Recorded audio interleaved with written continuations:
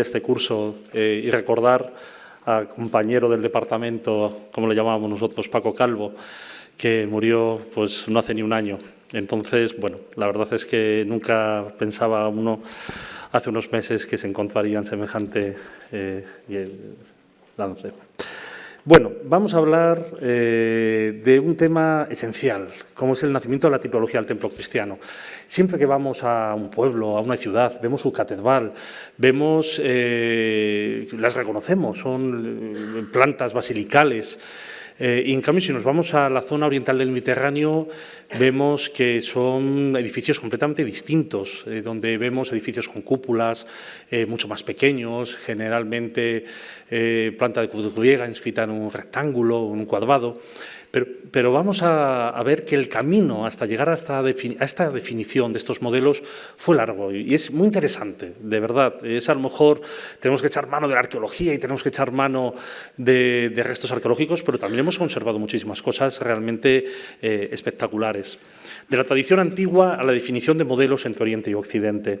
Tenemos que tener claro, cuando empezamos, no se preocupen, no va a haber muchas pantallas con tanto texto, es importante tener en cuenta que el primer arte cristiano, la arquitectura también, parte de un fondo común romano. Todo el Mediterráneo, toda la cuenca del Mediterráneo estaba unificada mediante el arte romano. Con Roma, con el Imperio Romano, el arte, la arquitectura, el urbanismo había logrado transmitir una serie de mensajes claros y evidentes que como es lógico, después el cristianismo también los va a coger, va a partir de esa gramática artística, si lo queremos llamar así. Vamos a ver unas primeras manifestaciones arquitectónicas en el mundo funerario y además permítanme que les acompañe en este viaje de un montón de lugares que vamos a visitar y que a mí me gustaría incentivarles para que muchos de estos sitios pues, en los próximos meses vayan ustedes también a verlos. Hablaremos de ese primer mundo funerario con unos pequeños ejemplos de Roma. Y después, como no, hablaremos de ese siglo del segundo al cuarto, justo antes de la oficialización del cristianismo y cómo tenemos que partir de lo que se ha denominado la Domus Ecclesia, que no deja de ser esa arquitectura doméstica inicial en la que los primeros cristianos empiezan a reunirse para poner en marcha su liturgia y el camino para dirigirse a la divinidad, a Dios. Veremos esa arquitectura doméstica, veremos la reutilización de espacios importantes, nobles, de palacios, de villas, con algún ejemplo muy bien conservado, como es el caso de Cercadilla de Córdoba. ¿Cómo no hablar de los titulus o tituli, que no dejaban de ser esos domicilios?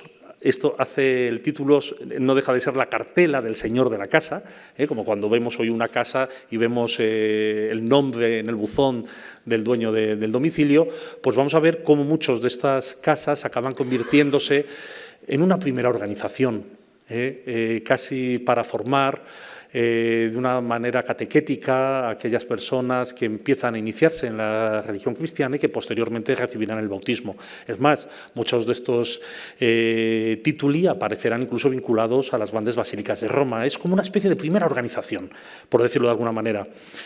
Y luego ya una vez que se oficializa el cristianismo a partir del siglo IV, vamos a ir viendo en ese concepto magnífico que hay que reivindicar, que es la tardía antigüedad, que iría del siglo IV al siglo IX, más o menos, cómo se van dando una serie de pasos que acabarán terminando por definir lo que son los grandes modelos de la arquitectura cristiana. Hablaremos de la arquitectura martirial, pero, ojo, martirial es conmemorativo. No es un lugar necesariamente vinculado con la muerte o con el martirio de un santo, no. Martirial, tal como lo decía André Gavar en su magnífico libro de 3 volúmenes, hace ya bastantes años, la arquitectura martirial es la arquitectura conmemorativa, que había tenido un gran desarrollo durante todo el mundo romano y tardorromano. Lógicamente, esta arquitectura va a ser retomada por los cristianos una vez que se ha oficializado el cristianismo. Hay una enorme diversidad, pero por encima de todos los ejemplos que podamos nombrar, la planta basilical, la planta de carácter centralizado, como es lógico, alguna otra posibilidad. España siempre da la nota, España siempre da otras posibilidades y además otras posibilidades, como vamos a hablar aquí, y que les animaré para que vayan a ver porque se están produciendo hallazgos arqueológicos últimamente muy importantes. La gran arquitectura romana del siglo VI. Constantinopla, yo siempre les digo a mis alumnos, ¿cuál es el edificio más importante del mundo bizantino? Y todo el mundo, todos me dicen Santa Sofía. Bueno, Santa Sofía hay que estudiarla como la arquitectura romana del Imperio Romano de Oriente. De hecho, ningún especialista en lo que hemos denominado arte bizantino mete el siglo VI de Justiniano dentro de lo que sería el arte bizantino. Pero tenemos que ver Santa Sofía, ¿cómo no? Y además tenemos que tener claro que la arquitectura romana siguió evolucionando, siguió mejorando a lo largo de los siglos IV, V y VI en la parte oriental del Mediterráneo. Constantinopla es el mejor ejemplo de todo ello, porque se logra independizar el alzado de la planta, la introducción de la cúpula y las nuevas posibilidades que va a posibilitar la arquitectura va a hacer la creación de nuevos y fascinantes espacios. Por último, hablaremos de África y el particularismo hispano. El cristianismo llega a la península ibérica principalmente desde el norte de África, desde toda esa zona tan importante. Piensen en San Agustín, piensen en toda la zona de Cartago, Argelia. Hoy nos cuesta mucho entender que toda aquella zona fue una gran autopista cultural. Pero realmente vamos a ver algún ejemplo que nos explica claramente cómo estamos vinculados al norte de África. Las primeras iglesias son como las norteafricanas que conservamos en la península ibérica. Y en el siglo IX finaliza nuestro viaje, por decirlo de alguna manera. Se define ya claramente lo que van a ser los modelos que se van a continuar durante siglos, el siglo IX. Piensen en él, porque la idea de la basílica, de los monasterios, cuando pensamos en Santo Domingo de Silos, cuando pensamos en Arlanza, en las Huelgas, cuando pensamos en la Catedral de Toledo, Santiago de Compostela, ese modelo de planta surge y ya podemos decir que queda ya definido más o menos en torno a este siglo IX. Y lo mismo sucede en la parte oriental del Mediterráneo, con lo que se ha denominado la Nea Ecclesia, la típica imagen que tienen ustedes de la iglesia de San Basilio en la Plaza Roja de Moscú, o de las iglesias que podamos encontrar en Armenia, en Capadocia, en el mundo copto, en Grecia, en Rumanía, en Bulgaria, también se define en el siglo IX. Por eso es tan importante todo ello. Y vamos a empezar nuestro viaje. Lógicamente, el cristianismo, que surge en la parte oriental del Mediterráneo, va a tener realmente una difusión especialmente importante en las ciudades. Podemos decir que el cristianismo es una nueva religión que surge en todo ese ambiente tan importante del actual Oriente Medio, de la parte oriental del Mediterráneo, y vamos a ir viendo cómo se va a ir expandiendo. Sobre todo va a ser muy importante lugares como Siria, Antioquía. Evidentemente, cómo no hablar de Nicea, cómo no hablar de Roma, ya desde el propio siglo I. Y, por supuesto, muy fundamental para el desarrollo del primer cristianismo, lo que sucede en el norte de África. Piensen en Alejandría, piensen en personajes como Arriano y el arrianismo. Y, sobre todo, estos primeros momentos, claro, por eso no tenemos una misma tipología de templo ni de iglesia, porque el cristianismo va a tardar tiempo en definir sus cualidades principales.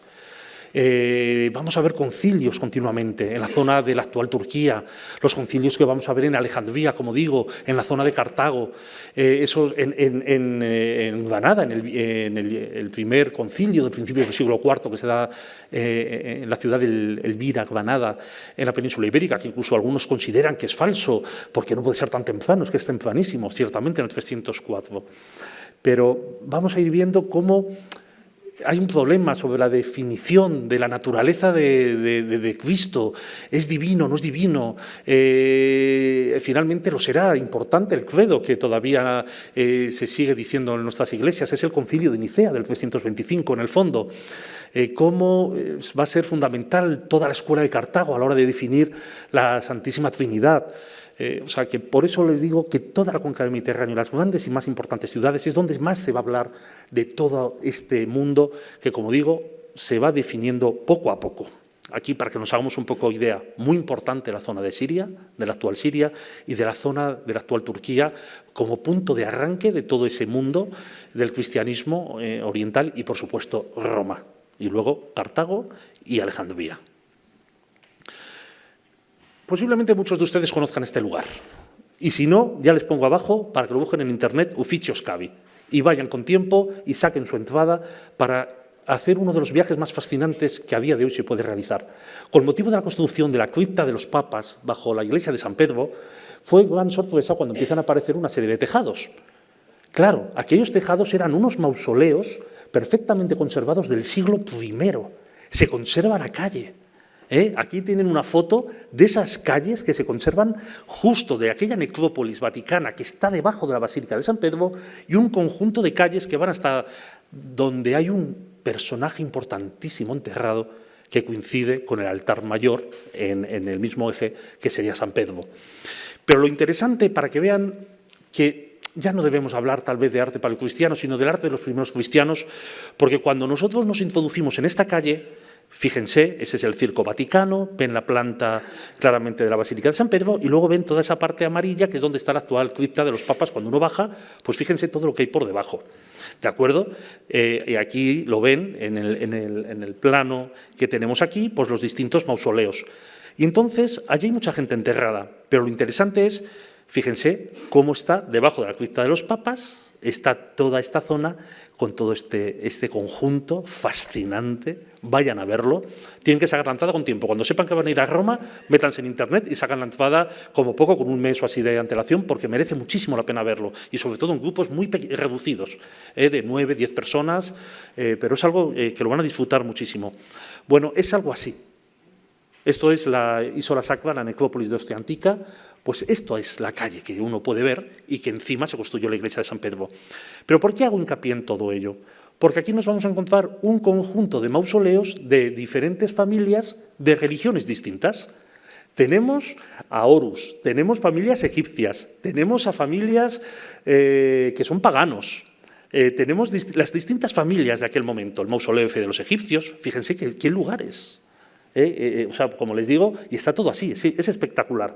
Los sarcófagos, una de las mejores colecciones de sarcófagos del primer arte cristiano y de todo el siglo I lo tenemos aquí. Este es uno, el cortejo de Baco y Ariadna, de una familia que eran paganos, pero empiezan a aparecer los mausoleos cristianos. Y vemos cómo la iconografía romana, aquí tenemos a Cristo Helios, a Cristo como la luz, lo tenemos ahí claramente representado y rodeado de viñas. O sea, ya vamos viendo esa primera iconografía en estos primeros espacios. Por eso es tan importante, porque cuando tú llegas a este lugar entiendes que el arte arranca, el arte de los primeros cristianos, como ya decía el gran profesor García Bellido, hay que estudiarlo dentro del arte romano. No es un arte distinto. Por eso, cuidado cuando utilizamos el término de arte paleocristiano. Fíjense, en el mausoleo M está la historia de Jonás. Se conserva ahí como cae, como lo come la ballena, o sea, como ya hay una clara iconografía que ya está aludiendo a las Sagradas Escrituras. Pero fuera del mundo funerario, entre el siglo II y IV son momentos difíciles, es cuando se va a producir además una persecución incluso de los cristianos, como vamos a hablar de Diocleciano, por ejemplo. Pero entre los siglos II y IV hemos tenido la suerte de haber conservado en algunos lugares espacios fundamentales y esenciales, Dura Europos, a orillas del Éufrates, en Siria, un lugar fascinante, porque hemos conservado aquí una de las primeras sinagogas y la primera Domus Ecclesia, una primera construcción doméstica donde se reunían los cristianos, donde aprendían las Sagradas Escrituras, donde se bautizaban, pero con un carácter doméstico. Es así. Esto es casi el origen de la primera iglesia.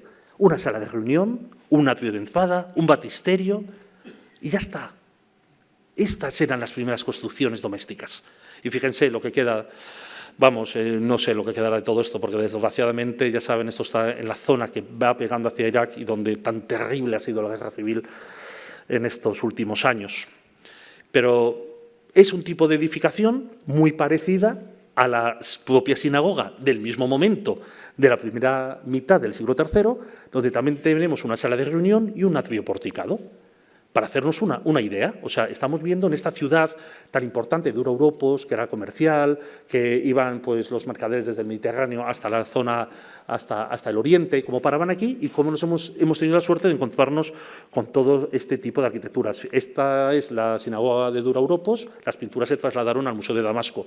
Y fíjense, es la típica decoración que tenemos, y quién sabe, no hemos conservado la primera decoración de aquella Domus Ecclesia de Dura Europos, pero es de la misma época, son los mismos años. Posiblemente ya hubiera una decoración donde pudiéramos ver también esta representación de las Sagradas Escrituras. Claro, esto es la sinagoga, aquí lo que tenemos es el Antiguo Testamento.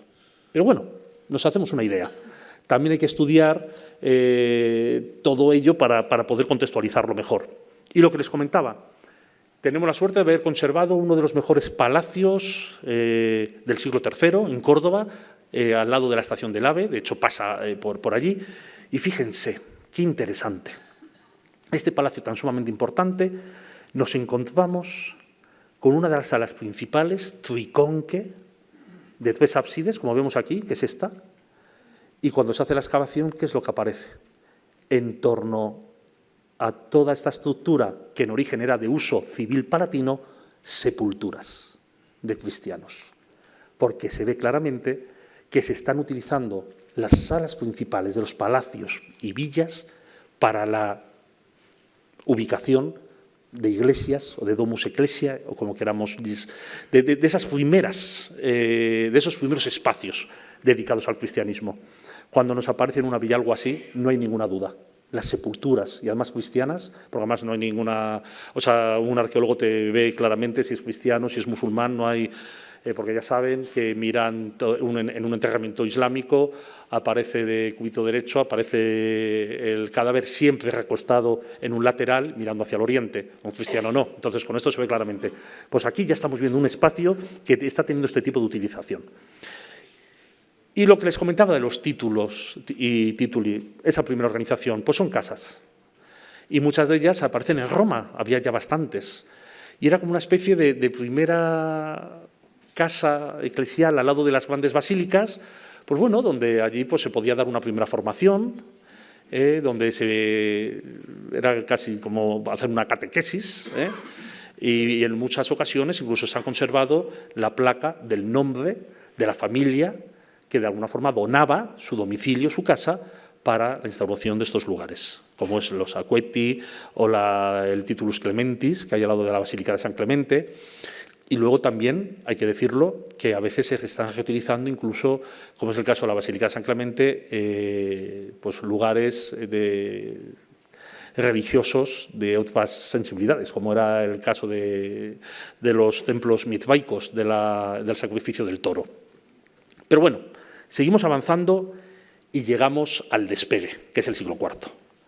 Siglo IV, ya por fin el cristianismo ya es oficial, a lo largo del siglo IV. En un primer momento veremos que con Constantino se da una libertad de culto, pero ya con Teodosio, a finales del siglo IV, se convierte el cristianismo en la religión oficial. Entonces el siglo IV por eso es tan importante, y todo ese capítulo que va del IV al IX.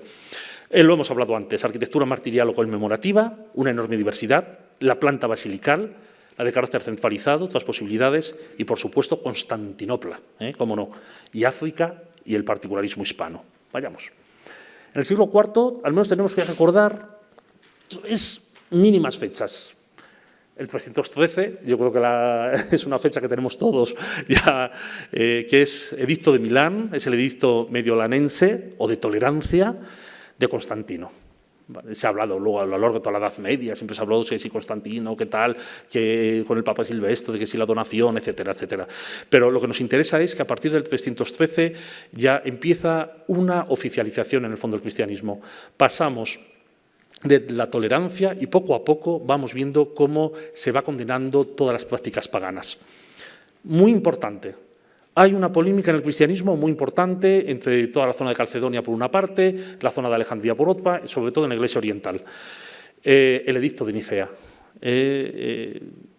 y la condena del arrianismo, que el arrianismo en el fondo negaba la naturaleza divina de Cristo y en el fondo lo que estaba negando era la Santísima Trinidad. Y claro, esto es muy importante porque, por ejemplo, en los visigodos, hasta la llegada de Recaredo, pues eran arrianos. O sea, hay toda la parte occidental de Europa, muchas de las familias de aquellos bárbaros que fueron organizando el antiguo territorio del Imperio Romano de Occidente eran arrianos.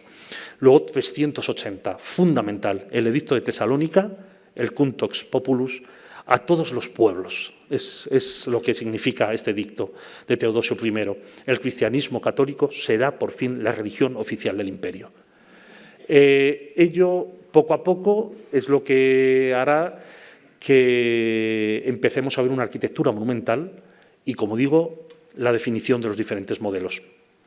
Empezamos con las iglesias, las basílicas martiriales. Esas basílicas, muchas de ellas parten de época de Constantino y lo que vienen es a conmemorar los santos lugares vinculados con la vida de Cristo. Lógicamente, la vida, el nacimiento y la muerte, la natividad de Belén. Es una basílica, se reformará y se restaurará a lo largo de los años. Yo, la verdad es que de las visitas que he hecho a Tierra Santa, debo de reconocer que a mí este edificio es uno de los que más me llega, Belén. Belén es especialmente precioso.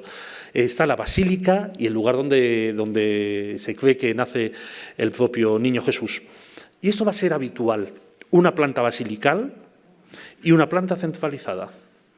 En este caso se conectan las dos, pero todo ello lo llamaremos una basílica martirial, porque la basílica era el edificio judicial más importante del Imperio Romano, el que encontramos en todos los foros, ya sea Pompeya, ya sea Mérida, ya sea en cualquier ciudad del imperio. Y como les comentaba antes, a partir del siglo II estaba todo el imperio realmente, artísticamente hablando, estaba unificado. Pues la basílica, que en el fondo no deja de ser un lugar destinado a glorificar al emperador, se acabará convirtiendo en el lugar predilecto para glorificar al cristianismo, a Dios, a Cristo, y será, lógicamente, hay una transposición de mensaje. Es lo que hablaríamos de la iconología de la arquitectura, como Richard Krautheimer, el gran historiador, que ya murió hace muchos años, de la arquitectura de todo este periodo del siglo XX, él hablaba de cómo la arquitectura en sí misma lleva un mensaje, de la misma manera que lo podemos estudiar en la escultura o en la pintura, la arquitectura también. Y por eso las basílicas del Imperio Romano van a tener un gran éxito en el desarrollo de la gran arquitectura monumental cristiana. La Basílica de Belén, cómo no, el edificio que más ha marcado toda la arquitectura cristiana, el Santo Sepulcro, donde también tenemos la basílica, el martirión, que cuando van allí, además, esto es algo imposible, pero en el mismo conjunto fascinante, que además tenemos un reflejo maravilloso, porque este edificio además se va a convertir en un edificio a emular un montón de edificios a lo largo y ancho de todo el Mediterráneo, de Europa, de África, de todas partes. Posiblemente el más bonito de todos ellos, uno de los que a mí me entusiasma, es San Juan de Duero en Soria, donde vemos la entrada con esos dos templetes en torno a lo que es el ábside central, está en el fondo copiando la imagen que en la Edad Media tenían del Santo Sepulcro, como estudió el profesor Martínez de Aguirre. Pues aquí tenemos, en este conjunto martirial, el lugar donde aparecen las cruces a Santa Elena, la madre de Constantino, el Gólgota, también donde estaría toda la zona del martirio y muerte de Cristo, y por supuesto la cueva en donde se pone su cuerpo y resucita. Todo ello en un mismo conjunto, todo esto además se puede visitar. Bueno, pues tenemos aquí de nuevo la planta centralizada y la basílica. No es casual que a finales del siglo VII, en la explanada del templo, los musulmanes copian esta misma estructura con la mezquita Al-Aqsa y la cúpula de la roca. Hacen en el fondo una copia, están emulando lo que había sido el gran edificio simbólico del cristianismo, como es la Anástasis de Jerusalén. Esta es una sección, esta es la típica imagen que tenemos, la rotonda, con el lugar del Santo Sepulcro y luego lo que sería la basílica por delante con su atrio y donde estaría pues allí los distintos lugares tan importantes donde aparecen las cruces, el Calvario y todo ello. ¿Cómo no recordar San Pedro de Roma? Como les comentaba antes, las distintas calles de los mausoleos terminan justo donde el altar mayor, donde supone que la tradición estaría enterrado el cuerpo de San Pedro. Por eso también es otra iglesia martirial. ¿De acuerdo? Y volvemos a tener claramente lo que es la idea de la planta basilical, siglo IV. En Roma podríamos estar hablando de todas las grandes basílicas de Roma, como no recordamos San Juan de Letrán, pero podríamos recordar muchas otras. Y nos vamos a la planta centralizada. Uno de los grandes... la arquitectura romana, a partir del siglo IV, va a ser muy importante la planta centralizada. Eso supone, porque cada vez se van manejando mejor con el tema de la cúpula.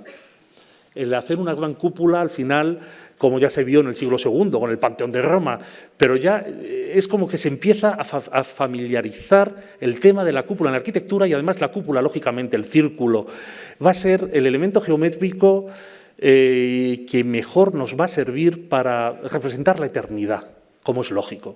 porque no deja de ser hacer en arquitectura una bóveda, casi. ¿Cuántas veces una cúpula acaba siendo la representación de la bóveda celeste? Pero incluso podríamos hablar de convergencias evolutivas, no solamente en el mundo romano. La cúpula, incluso en el mundo de la antigüedad. Bueno, pues hay un edificio muy importante en Spalato, Split, el mausoleo de Diocleciano, que lo tenemos aquí, es un mausoleo, que vamos a ver este tipo de arquitectura que se repite muchísimo, muchísimo. Se va a estar jugando con la planta centralizada continuamente. Fíjense qué edificio más fascinante, del siglo IV también, San Lorenzo de Milán. Empezamos a ver unos edificios que incluso nos cuesta saber cómo pudieron estar cubiertos. La curva, la contracurva. Claro, no es de extrañar que muchos de estos edificios eran conocidos por Borromini en el barroco, esa curva y contracurva. O sea, la arquitectura, Milán es una ciudad fundamental también para conocer toda esta arquitectura altomedieval. Porque siempre parece que nos vamos a un Milán más del Renacimiento posterior, pero es fascinante. San Lorenzo de Milán, como no, siglo IV, fíjense qué preciosidad. España, al lado de Tarragona, el mausoleo de Cencelles, también con las magníficas pinturas que se conservan en la zona de la cúpula, se puede visitar todo ello y se quiere vincular siempre esta arquitectura con el emperador Constantino. O sea, vamos a ir viendo claramente que la planta centralizada, además de ser material y conmemorativa como el Santo Sepulcro, va a tener un carácter claramente político y que se va a identificar con edificios religiosos, templos, pero a la vez con el poder político del emperador. Es curioso, lo vamos a ver. Mausoleo de Santa Constanza, también de la familia del emperador Constantino. Esta tenemos la suerte que la hemos conservado intacta en Roma, al lado de la iglesia de la Basílica de Santa Inés, de las catacumbas de Santa Inés. Les recomiendo que vayan a verlas, porque son unas catacumbas que vas a ver solo, en la Vía Nomentana. Fíjense qué preciosidad de edificio. Siglo IV, Santa Constanza. Santo Stefano in Rotondo, ya siglo V. Vemos esos anillos de columnas de uno de los edificios más fascinantes y menos conocidos de la ciudad de Roma, que además la acaban de restaurar porque me confirmas que está abierto. O sea que, porque es una pena que cuando llegas aquí y no lo ves, pero fíjense qué edificio. ¿De qué edificios circulares estamos hablando? Mausoleo Teodorico, siglo V, Rávena, de 2 pisos, 2 plantas. Es mausoleo, pero también tiene ese carácter de templo. Es algo realmente interesante ver esta vinculación. Y como no, España siempre da un giro de tuerca más. Además de tener todo esto, España tiene un tipo, desde la tardía antigüedad, de planta martirial distinta, que luego va a tener mucho éxito, que es el edificio de planta rectangular de 2 pisos. La Alberca de Murcia, siglo IV. San Antolín, la cripta de Palencia, parece que era también parecido. La Sainte-Chapelle de París tiene el origen en este tipo de edificios. La iglesia de San Francisco, en Asís, también. Y, cómo no, la Cámara Santa de Oviedo. Continúa con lo que es la tradición de planta martirial rectangular de 2 plantas. Y lo que les decía, se está produciendo en estos momentos unos hallazgos espectaculares en el yacimiento de los Hitos, en el pueblo toledano de Arisgotas, porque ha aparecido un edificio nada más y nada menos, se puede visitar, como Santa María del Naranco, de 2 pisos, toda la cimentación y con parte de los muros. Esto es impresionante, porque viene a demostrar, como decían las crónicas, que los palacios de Toledo eran a imagen y semejanza de los palacios de Toledo. Los palacios asturianos no necesitaban mirar a Carlomagno. La Iglesia hispana veía en su propia tradición, que vamos a ver después, su fundamento y su desarrollo y su independencia. Pues este tipo de edificios, que como digo, están apareciendo ahora. La gran arquitectura romana de los siglos V y VI, Constantinopla. Pero antes de llegar a Constantinopla, vayamos a ver la gran arquitectura de toda aquella zona. Al lado de, en Antioquía, fíjense qué edificios. Suele ser habitual que un santo muy importante acaba siendo enterrado en un lugar y se acaba haciendo un gran centro de peregrinación. Y nos encontramos con plantas como esta, San Babilas en Antioquía. Aquí estaría lo que sería el lugar del santo y cómo surgen como si fuesen 4 basílicas en torno a esta parte central. En Siria se conservaba, no sé ahora, muchas de estas basílicas.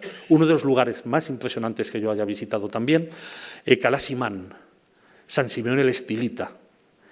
Allí estaba la columna de estos santos que se subían a la columna durante 30 años y no se relacionaban con la sociedad, con una cuerda le subían y le bajaban la comida. Aquí estaría la columna en el medio, pero fíjense, surgen 4 basílicas en torno a ello.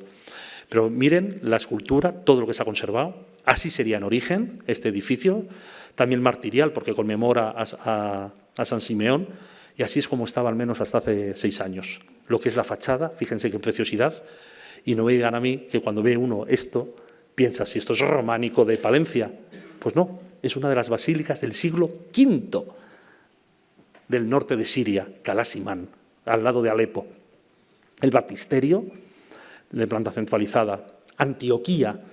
Allí sabemos que había un edificio fundamental que era octogonal, el octógono dorado de Antioquía. No lo hemos conservado, pero sí tenemos otras iglesias cerca, como es este martirium de finales del siglo V en Samadag, muy cerca de Antioquía. Este tipo de iglesias van a ser muy habituales. La catedral de Bosra, que va a ser un paso también de toda esta arquitectura centralizada que se ha conservado hasta no hace mucho tiempo. Y fíjense, esto es también una foto de hace 6-7 años, cómo estaban todos estos edificios de la piedra volcánica de la zona, al sur de Damasco, de todo este conjunto de catedrales tan importantes de planta centralizada.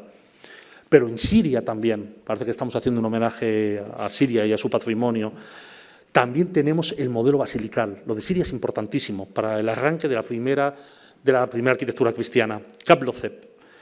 Sabemos por las fechas y la arqueología que es anterior al 469, estábamos hablando del siglo V, y se puede considerar casi como el punto de partida de la gran arquitectura basilical de la parte oriental del Mediterráneo. Cuando vamos, por ejemplo, a Jordania, a Gerasa, y vemos las grandes catedrales del siglo VI, como San Teodoro, pues parece que también en Siria podemos encontrar ese arranque. Sería una planta basilical tal cual, como la conocemos hoy. Estas son unas fotografías de mediados del siglo XX. Fíjense el grado de conservación tan espectacular de estos edificios también del siglo V. Y ya sí vamos a Constantinopla. Vemos, por una parte, San Juan de Estudio, aquel monasterio tan importante, donde salieron tan importantes teólogos que defendían el uso de las imágenes. Tenemos San Juan de Estudio, San Demetrio de Salónica, o sea, vemos el siglo V todavía la idea de la basílica romana, pero ya empezamos a ver edificios distintos.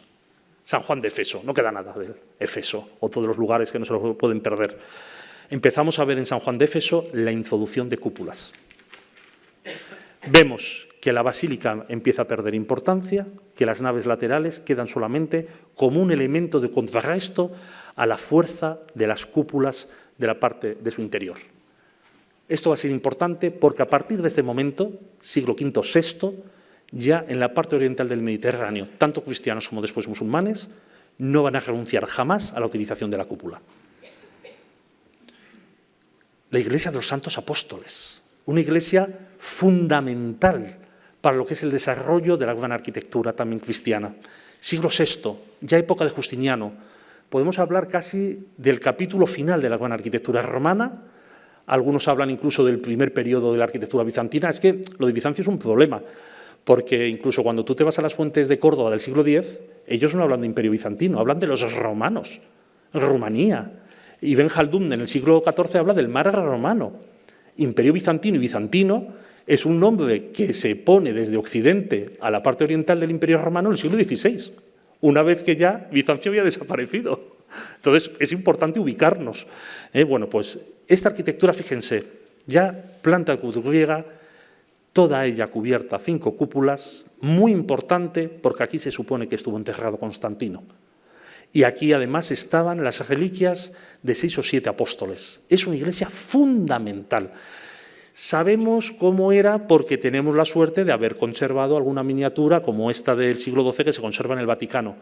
Pero fue tan importante esta iglesia que se mantiene hasta el siglo XVI. Hoy en la actualidad hay encima una magnífica mezquita de Sinan del siglo XVI, porque es la iglesia de los Santos Apóstoles, se toma como referencia para la construcción de San Marcos de Venecia. También la iglesia de San Antonio de Padua, la iglesia del románico de la zona de Angoulême de Francia. Fue tan importante esta iglesia de cúpulas que va a ser copiada por muchos lugares a lo largo y ancho de la cristiandad. Y lo que les comentaba antes, planta centralizada, iglesia y emperador. Tenemos uno de los edificios más preciosos que se acaba de restaurar y que, por favor, cuando vayan a Constantinopla, no dejen de ir a verlo. La iglesia de los santos Sergio y Baco, siglo VI.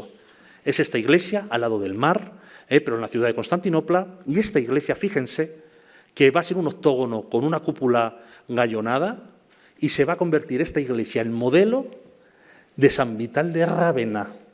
Pero cuando Carlomagno, en la Navidad del 800, como nos cuenta Ginardo, su biógrafo, es coronado emperador en Roma, él pide permiso para poderse llevar material romano de Rávena a Aquisgrán. ¿Y qué es lo que hacen en Aquisgrán? Un edificio igual que estos. Es impresionante ver Santos Sergio y Baco y San Vital de Rávena abajo, es la expresión del poder de Justiniano, y cómo, una vez que se vuelve a instituir la dignidad imperial en Occidente, porque Carlomagno se hace emperador en el año 800 porque no quieren reconocer a una emperatriz mujer. Nunca había sucedido, pero en el año 800, durante 2 o 3 años, está Irene de Atenas, la emperatriz de Oriente. Entonces lo aprovecha Carlomagno, lo aprovechan en Occidente para crear la dignidad imperial en Occidente. ¿Y qué es lo primero que hace? Copia un templo cristiano centralizado de este mismo tipo. Bueno, esto es la iglesia de Santo Sergio y Baco, y además traigo las fotos, nada más que quitaron los andamios, estuve allí para que vean de lo que estamos hablando. A simple vista dices, bueno, sí, esta decoración turca todavía del siglo XVIII, pero cuando uno lo ve en detalle, la riqueza de los materiales, de los mármoles, es una arquitectura de verdad para disfrutar, para subirse en al piso de arriba, en el de abajo, darle la vuelta, porque parece que es una de las mejores arquitecturas de Borromini del siglo XVII, pero estamos a mediados del siglo VI. Fíjense, cuando uno lo ve en detalle, fíjense cómo está conservado. O sea, es una verdadera filigrana hecha en los mejores materiales y en los mejores mármoles. Pero frente a los tramos rectos, los curvos. O sea, es un juego de volúmenes, es una verdadera, casi parece que te vas moviendo como si hubiese un ritmo musical dentro de este edificio fantástico y un edificio importante porque va a marcar en igual medida la gran arquitectura del poder político durante los años siguientes. Fíjense, incluso conserva en griego todavía las inscripciones. Solamente se quitó, cuando se convierte en mezquita, se quitaron las cruces o aquellos elementos que evidentemente aludían al cristianismo, pero el resto del edificio se conservó. Y aquí era lo que les decía. Santo Sergio Baco, la iconología, el mensaje de la arquitectura. San Vital de Rávena, no se lo pierdan, Rávena. Pero ¿qué es lo que pasa? Que después de San Vital de Rávena, este lugar imperial, esta planta, ese significado martirial de época romana que van a continuar, ¿qué es lo que van a hacer? La cúpula de la roca, el primer edificio del Islam en Jerusalén, el primer edificio de los omeyas conservado, la cúpula de la roca, no deja de ser lo mismo, porque no deja de ser el poder político de los omeyas haber puesto nada más y nada menos que en las planadas del templo de Salomón, poner este edificio como representación de lo que es el poder del califa. Y lo que les comentaba aquí, Aquisgrán, Carlomagno, copia la misma planta. O sea, vemos que hay un mensaje claramente vinculado con estos, o sea que son iglesias, son templos, pero ya vamos viendo cómo a partir del siglo IV y en Oriente el tema de la cúpula va definiendo diferentes modelos. Y llegamos a Santa Sofía, cómo no. La obra cumbre, el final de la arquitectura romana, debería de ser considerado Santa Sofía. Claro, hoy vemos los alminares y nos cuesta ver que esto es arquitectura romana. Pues sí, créanme que lo es. Se sabe muchísimo de este edificio gracias a Procopio, a las descripciones del propio siglo VI que nos hablan cómo fue construida, las técnicas, cómo era la expresión del poder imperial, de la rex pública, los mejores mármoles traídos de todas partes del imperio, los mejores mosaicos, absolutamente todo. Lo realizaron Mecano Pollos, que no es exactamente como arquitecto, es como ingeniero, geómetra, científico, físico. Se buscaron a gente de ciencia teórica para poder hacer este edificio. Hubo varias Santa Sofías, nosotros la que estudiamos, la del siglo la III, Santa Sofía III, la que se realiza en el siglo VI, y además incluso tenemos el nombre de los artistas, que son Antemio de Tralles, Isidoro de Mileto e Isidoro el Joven. Isidoro el Joven es el que interviene una vez que se cae unos nervios de la cúpula tras el terremoto, uno de los terremotos que se produjo a mediados del siglo VI. Una cúpula que está colgada a 55 metros de altura. Ya está bien, ¿eh? 42 metros era el Panteón, 33 metros el diámetro. Pero hay algo tremendo. Cuando tú coges un historiador, no sabes de qué te está hablando, porque algunos dicen, es un edificio de planta centralizada, otros te dicen, es un edificio basilical, Pero ¿qué es lo que ha sucedido? Claramente, que se ha independizado el alzado respecto a la planta. Si hubiéramos perdido este edificio y solamente conociésemos la planta por cimentación, podríamos imaginarnos, pero desde luego sería muy difícil imaginarnos que lo que tenemos es una cúpula colgada por primera vez de semejante dimensión. Una cúpula colgada sobre dos semicúpulas que a su vez están apoyando en exervas o semicúpulas más bajas. ¿Se dan cuenta el paso? A la derecha, el Panteón de Roma al siglo II. La cúpula marca la planta. En cambio, en Santa Sofía, siglo VI, la cúpula ya no marca la planta. Porque la arquitectura romana ha seguido avanzando.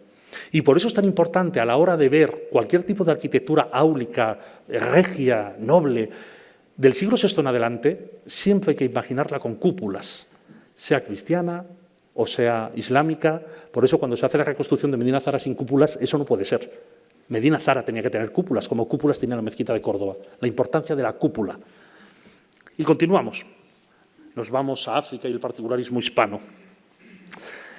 Como digo, muy importante el desarrollo de las ciudades del norte de África con el desarrollo del cristianismo. Especialmente importante Cartago y también Alejandría. Y además van a ser teólogos muy luchadores.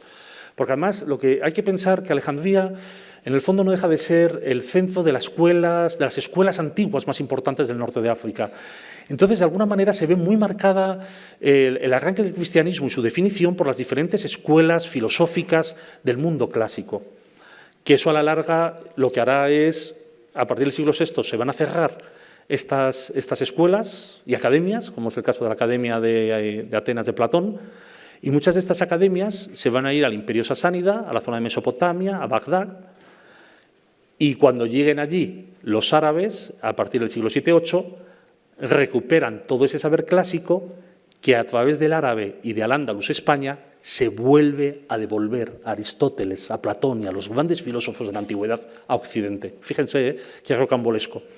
Bueno, pues lo que empieza a llamar la atención de las basílicas, bueno, sí, tenemos estas cabeceras triconques que nos recuerdan a las salas principales de los palacios, pero también empezamos a ver una serie de iglesias, según nos vamos yendo hacia Occidente, con contraábside. Es una cosa curiosísima. Posiblemente, como la liturgia todavía no está perfectamente definida, por eso nos encontramos con esa multiplicación de posibilidades. Sí, está la basílica, pero como digo, con esas cabeceras triconques, como en Cercadilla. En España tenemos, en el siglo X, la iglesia de San Cebrián de Mazote, en Valladolid, con una cabecera también así, que incluso se ha llegado a pensar que pudiera ser por influencia de los cordobeses que tuvieran su iglesia en una villa o en un palacio de Córdoba de semejante planta. Esto es lo que nos queda de estas en las ciudades del Nilo. Pero fíjense, el monasterio blanco, el monasterio rojo, en toda esa zona central del Nilo, de estas plantas del siglo IV-VI, plantas basilicales y siempre con la cabecera triconque. ¿Se dan cuenta? Eso va a ser una característica que la vamos a ver mucho en la zona de Egipto. Según vamos avanzando, este es un edificio, la pena es que no son países ni Libia ni Argelia, no es fácil. Llevamos mucho tiempo repitiendo casi lo mismo porque no es fácil el excavar allí. Muchas de las misiones, sí, en Túnez es sencillo, pero es complicado conocer todo esto. Este es el modelo que siempre se va a coger, esta idea de basílica con dos ábsides. En la zona de Argelia, siglo IV. Este modelo lo vamos a encontrar repetido en España por activa y por pasiva. O sea, se ve claramente que el cristianismo llega sobre todo a través del norte de África. Bueno, como muchísimas cosas culturales a la península ibérica siempre llegan por el norte de África. ¿Ven? Orlansville, Argelia, Esquira, Túnez, y lo mismo. ¿Se dan cuenta aquí? Una basílica, 5 naves y con doble ábside. Y la sala bautismal, porque era por inmersión. Esto va a aparecer muchísimo en el norte de África. Lo vamos a encontrar continuamente. ¿Qué vamos a tener en España? En España también tiene mucho que decir. Posiblemente de los lugares que más tiene que decir. Y como les digo, la apertura del yacimiento de los sitios en Arisgotas y tantos otros nos están sacando nos están dando muchas sorpresas. Aquí tenemos el mundo visigodo, pero no hay que olvidar que durante bastante tiempo también tuvimos aquí a los bizantinos en la parte inferior, ¿de acuerdo? Hasta el siglo VI. Entonces, claro, nos estamos encontrando, por una parte, esa ortodoxia católica del mundo bizantino, pero también a los arrianos, que son el mundo visigodo. Y entonces, ¿qué es lo que sucede? Que cada vez que hay que explicar esto a los alumnos es caer casi en una depresión, porque dicen, ¿pero cómo es posible? Sí, la multiplicidad de plantas. Van a ver una diapositiva y dicen, no existe en otro lugar esa diversidad como la que tenemos aquí. Primero, hay que hablar de la importancia de la arquitectura tardorromana hispana. Es que en España la antigüedad continuó, pero si es que el acueducto de Segovia llevó agua hasta los años 70 del siglo XX. Si es que es uno de los lugares más romanizados y donde la antigüedad pervive. Es que los frescos de Santullano de Oviedo tienen más de 1 centímetro de profundidad. Son pintura hecha al fresco, como en el mundo clásico. Nada más y nada menos que en el siglo IX.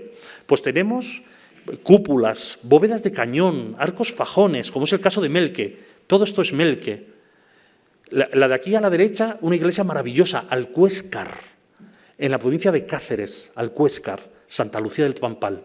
Para mí, la iglesia visigoda más bonita que hemos conservado. Y nos estamos moviendo entre el siglo VI y VII. Bande, también, con esta bóveda de ladrillo en espina de pez. Fíjense, Bande y Melque, el frontón, el juego de los volúmenes. O sea, vemos claramente que rezuma arte romano todo esto. Evidentemente, yo comparto, sin dudarlo, las tesis del gran historiador del arte Isidro Abango Torviso respecto a la idea de la antigüedad y de la pervivencia de la antigüedad. En San Pedro de la Nave, cuando se desmontó este magnífico templo zamorano, ¿cuál fue la sorpresa? Que las piedras estaban unidas mediante grapas de madera. Una cosa netamente romana. Por eso no tiene que haber ninguna duda cuando hablamos de estos edificios como edificios visigodos. No son edificios ni del siglo IX ni del siglo X. O sea, tanto la arqueología, las fuentes, todo. O sea, lo tenemos que tener bien claro. Gala Placidia Rávena, siglo IV. Un mausoleo romano, siglo II, Sádaba, Zaragoza. Y fíjense, en el siglo VI, Braga, nada más y nada menos que San Fructuoso, se hace un mausoleo siguiendo la misma tradición. ¿Se dan cuenta? O sea, cómo el modelo de la arquitectura romana pervive y será utilizada por los primeros cristianos. Continuamos. He traído esta imagen para que se den cuenta, para que no haya ninguna duda de cómo llega el cristianismo a través del norte de África. No es Horus, la representación antropomórfica de los evangelistas. O sea, como Horus, Anubis, como podemos ver en Egipto, pues aquí es habitual, como vemos en el capitel de los evangelistas de Córdoba, o aquí, en el siglo XIII, fíjense, Toledo, donde directamente vemos a San Marcos, un ángel, hombre con cabeza de león. San Juan, el águila. Mateo es el ángel. Lucas, el toro. ¿Se dan cuenta? O sea, incluso la iconografía, vemos cómo es una iconografía claramente norteafricana que continúa muy viva durante buena parte de la Edad Media. Orleansville, veíamos antes. Pues fíjense, como Orleansville, basílica concepsidada. Solo he traído unos pocos ejemplos. San Pedro de Alcántara, Málaga, El Yermo, Córdoba, Casa Herrera, Badajoz, Torre de Palma, Monforte, Portugal.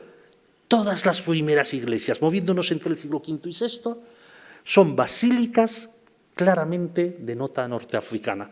No aparecen en Francia ni en otros lugares. Estamos culturalmente unidos. Claramente el cristianismo, los grandes padres de la Iglesia, bueno, es que San Agustín, por ejemplo, es que son del norte de África, marcó muchísimo realmente estos espacios romanos que por algún tipo de uso litúrgico que desconocemos, en España es curioso, como esta planta va a continuar mucho tiempo, y como sabemos que estaba penalizado legalmente el enterramiento en el interior de las iglesias, ¿qué era lo que hacían? Una pequeña trampa, dentro pero fuera, como vemos en Melque. Hemos visto en alguna de las iglesias cómo el contrapside es el lugar de enterramiento. Se pone una reja y dices, no, está fuera, pero visualmente está unido. El Panteón de San Isidoro de León es así. Está a los pies de lo que era la basílica. El panteón, por ejemplo, el enterramiento en Peñalba, en Santiago de Peñalba, León. La Catedral de Santa María en Oviedo. Los reyes asturianos se enterraban a los pies de la iglesia. Y siguen todavía con esta tradición. O sea, esto es fascinante. Es posible que pudiera tener ese carácter funerario como para salvarse de esa prohibición, porque enterrarse dentro de las iglesias es una cosa que será muy posterior, muy posterior. San Pedro de Alcántara, Málaga, siglo VI, esto es lo que suele quedar de casi todos estos yacimientos. Y por favor, no se asusten con la siguiente diapositiva. Hay de todo, todo. Y los últimos yacimientos y todo, hay plantas basilicales, plantas de cruz inscrita, planta cruciforme, planta centralizada. Fíjense, a la vez, ¿qué está pasando en aquella Hispania visigoda? En aquella primera nación con territorio, ley y fe, que así se ha estudiado en muchísimas tesis, porque claro, por eso fue tan importante que esto cayera para los musulmanes, porque era el territorio más importante, con una religión, con una territorialidad y con una ley. Pero ¿qué pasa con las iglesias? ¿Se dan ustedes cuenta? ¿Qué diversidad? Vamos a ver solamente unas pocas, pero es que incluso las hay con cabecera tridente, como San Juan de Baños o Alcuéscar. Las hay solamente de carácter basilical, segóbriga, las hay de carácter centralizado, como puede ser Melque. Luego una cruz inscrita en un rectángulo como es San Pedro de la Nave. Espectacular, espectacular. La planta basilical de San Juan de Baños, hoy está así, pero era como estaba en la derecha, con 3 cabeceras independientes que dan a una especie de transepto. Qué cosa tan extraña. Aquí lo tienen. Nada más y nada menos, siglo VII. Importante, uno de los últimos yacimientos excavado por Sonia Gutiérrez Lloret, fantástico todo lo que nos ha dado. Al lado de Gin, Albacete, el Tolmo de Vinatera, ha aparecido toda una población fabuloso y donde tenemos una enorme basílica, donde con la cabecera tenemos las piedras, todo esto. Está al lado de Gin, ya se puede visitar también. Fíjense, para mí esta es la más bonita de todas. Santa Lucía del Pampal ha conservado la cabecera de los 3 ábsides. Estos son los primeros templos cristianos conservados. Claro, es que una arquitectura de este tipo no la vayan a buscar en el resto de Europa, no se ha conservado. Y aunque les parezca impresionante, este edificio, en mitad del campo, se descubre en los años 70 del siglo XX.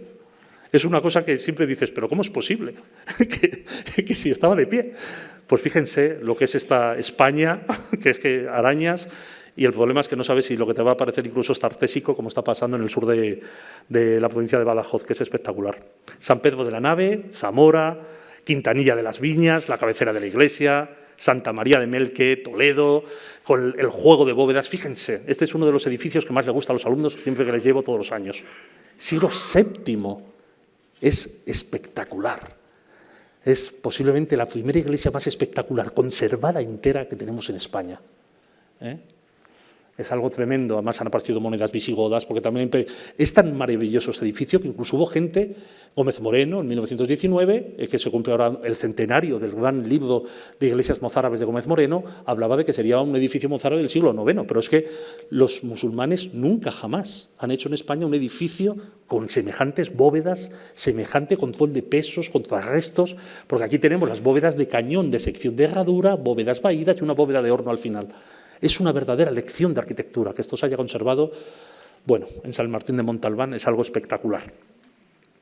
Y lo que les comentaba, aquí tenemos Casa Herrera, en Badajoz, Peñalba, siglo X, y lo mismo, en el siglo X todavía se siguen haciendo estos templos contrapsidados, y aquí claramente, ¿se dan cuenta? Con tumbas. Una cosa habitual. A lo mejor el contrapside, como les comentaba, tenía ese uso funerario. Vamos acabando ya. Punto de llegada y partida de los 2 modelos diferentes. Occidente y la planta basilical. Hay una jerarquización longitudinal, es decir, en Occidente, después de la querella iconoclasta, cuando se destruyen todos los iconos en la parte oriental, siglos VII, VIII, ¿qué es lo que empieza a pasar en Occidente? Que empieza a realizarse el culto a las reliquias. Porque vale, un icono yo no sé si es santo o no, pero una reliquia, el hueso de un santo sí. Y entonces empezamos a ver el desarrollo de criptas, de cabeceras, y vamos a ver la importancia que empiezan a tener las basílicas en Occidente con una jerarquización longitudinal. ¿Qué quiero decir con esto? Lo más importante es la cabecera, después el transepto y después las naves. Piensen en Santiago de Compostela, piensen en cualquier catedral que tenemos. Como lo más importante, el altar, todo. Y entonces es una longitudinal, una jerarquización longitudinal. ¿Qué pasa en Oriente? Lo contrario, va a ser vertical. Y el pantocrátor y todo va a ser la cúpula. Entonces, todo esto que yo he contado hasta ahora se va definiendo y llegamos al siglo IX, donde van a aparecer ya claramente definidos y casi de forma legal los modelos que se van a estar repitiendo durante siglos. Importante, la separación que se va produciendo a lo largo del siglo IX entre Oriente y Occidente. Lo que hizo Carlomagno, erigirse emperador, aprovechando que había una mujer en el trono imperial de Constantinopla, eso empieza a abrir una gran herida, porque era tener al final dos emperadores, cuando realmente el emperador ortodoxo, el emperador romano sin ruptura, es el emperador de Oriente. Pero claro, Carlomagno, apoyado por el Papa León III, apoyado porque además estaba teniendo muchos problemas de las distintas facciones, el Papa en Roma, el rey de los francos la ayuda, pues en la Navidad del 800, en San Pedro, le hago emperador. Entonces, claro, esto ya empieza a ser un problema y empieza un cisma, dura poco tiempo, pero incluso en la segunda mitad del siglo IX se produce un enfrentamiento enorme entre el emperador Miguel de Constantinopla y el Papa Nicolás. Destituyen al patriarca, nombran a Focio, que era un laico, y ¿qué es lo que pasa? Que Focio rompe con Roma en el año 867. O sea, ya claramente el siglo IX es como dos hijos que llegan a la mayoría de edad, pero ya son distintos, por mucho que sean hermanos. Se llama la tipología de Nea Ecclesia haciendo alusión a la iglesia que en el Palacio Real de Constantinopla fundó Basilio I en el siglo IX, que es la iglesia Nea. Se denominaba así, Nea, la iglesia Nea, la iglesia nueva. Es el modelo que tienen todos ustedes en la cabeza de la iglesia bizantina, de cruz griega con cúpulas, ya sea Moscú, ya sea Bulgaria, Sofía, Ucrania, ya sea donde sea. Siguen todos el modelo que se ha denominado de Nea Ecclesia, y Nea viene por el nombre de la iglesia Nea del Palacio Real de Constantinopla, porque es la primera de la que sabemos que era así, de 5 cúpulas. Por ejemplo, he traído ahí marcado en rojo la de la iglesia Teotocos de Osios Lucas. Es eso. Y como están viendo aquí, se organizan de arriba abajo. Arriba, el Pantocrátor, Dios Todopoderoso en la decoración. Después estarán las milicias angélicas, los arcángeles y los evangelistas. Y el ábside ya no es tan importante como la cúpula. El ábside está destinado, la cúpula, para la Virgen María como intercesora entre los hombres y Dios. Y generalmente con el niño Jesús. Y por debajo suele representarse la comunión de Cristo. O sea, vemos claramente que lo importante es la cúpula del centro de arriba hacia abajo.